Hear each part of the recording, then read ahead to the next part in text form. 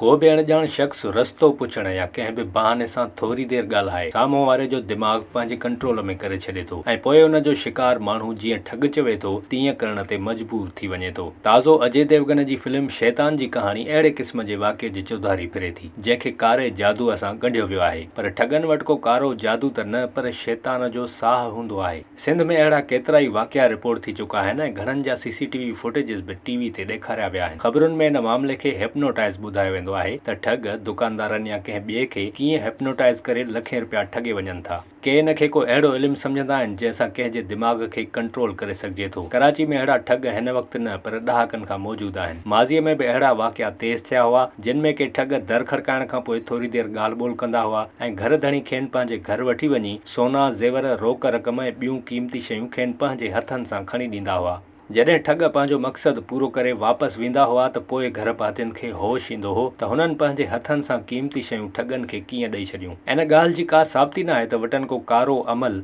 Hypnotise करण जो फ़न या ॿी का शइ हूंदी हुई, पर हाणे इंकिशाफ़ थियो आहे त अहिड़नि ठगनि वटि असुल में शैतान जो साह हूंदो आहे। शैतान जो साह जंहिंखे बि ॾिजे उन जी याददाश्त सोचण सम्झण जी सलाहियत ख़तमु थी वेंदी आहे ऐं ठग उन खे पंहिंजे मक़सद लाइ इस्तेमालु कंदा आहिनि। इन जो असरु 1 कलाक खां 4 कलाकनि ताईं रही सघे थो ऐं एतिरो वक़्तु ठगनि खे पंहिंजी वारदात करण लाइ काफ़ी आहे। वाक़िए खां पोइ मुतासिर शख़्स खे कुझु बि यादि नाहे रहंदो। शैतान जो साह या डेविल्स ब्रेथ असुल में स्कोपोलामीन नाले हिकु दवा खे चयो वञे थो। इहा पाणियाठ ऐं पाउडर ॿिन्ही सूरतुनि में थी सघे थी। इहा दवा काग़ज़, कपिड़े ऐं मोबाइल फ़ोन जी स्क्रीन ते बि लॻाए सघिजे थी। इन दवा खे रुॻो पंहिंजे शिकार जे नक जे वेझो आणणो हूंदो आहे, जंहिंखां पोइ उन जो दिमाग़ कंट्रोल करे सघिबो आहे। हीअ दवा मेडिकल साइंस में दवाउनि जी तयारी में इस्तेमालु कई वेंदी आहे ऐं उल्टी अचण, चकर अचण या ऑपरेशन खां पोइ मरीज़नि खे ॾिनी वञे थी। इहा दवा असुल में धातुरे मां ठाही वञे थी। सिंध में धातुरे खे चरियो धातुरो बि चवंदा आहिनि। माज़ी में इन खे भंग में मिलाइण जा वाक़िया बि साम्हूं अची चुका आहिनि। चयो वेंदो आहे त जंहिंखे चरियो करणो हूंदो आहे उन खे धातुरो पीआरियो वेंदो आहे। हिन खे मामूली मिक़दार में फ़ाइदे लाइ इस्तेमालु करे सघिजे थो, पर कुझु माण्हू इन खे ग़लति मक़सदनि लाइ इस्तेमालु कंदा आहिनि।